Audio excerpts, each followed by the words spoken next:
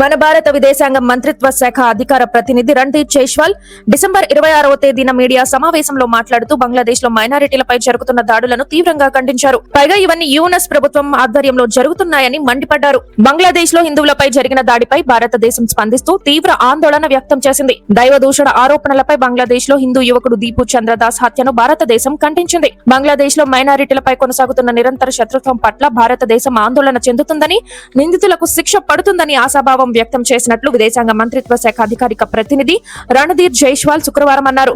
బంగ్లాదేశ్ లో మైనారిటీలపై కొనసాగుతున్న శత్రుత్వం చాలా ఆందోళన కలిగించే విషయం.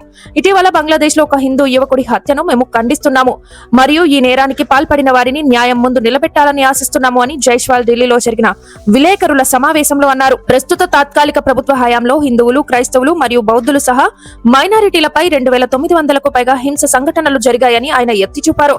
బంగ్లాదేశ్ లో ప్రచురింపబడుతున్న తప్పుడు భారత వ్యతిరేక కథనాన్ని భారతదేశం తిరస్కరించింది మరియు శాంతి భద్రతలను మరియు భద్రతను కాపాడుకోవడం బంగ్లాదేశ్ తాత్కాలిక ప్రభుత్వ బాధ్యత అని పునరుద్ఘాటించింది.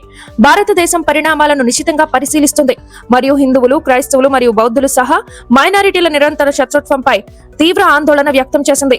ఇటీవల మైమన్ సింగ్ లో ఒక హిందూ యువకుడి హత్యను మేము ఖండిస్తున్నాము. తాత్కాలిక ప్రభుత్వ హయాంలో మైనారిటీలపై 2900 కంటే ఎక్కువ హింస సంఘటనలు నమోదయ్యాయి. ఈ సంఘటనలను కేవలం మీడియా అతిశయోక్తిగా లేదా రాజకీయ హింసగా తోసిపుచ్చలేము అని విదేశాంగ మంత్రిత్వ శాఖ ప్రతినిధి అన్నారు.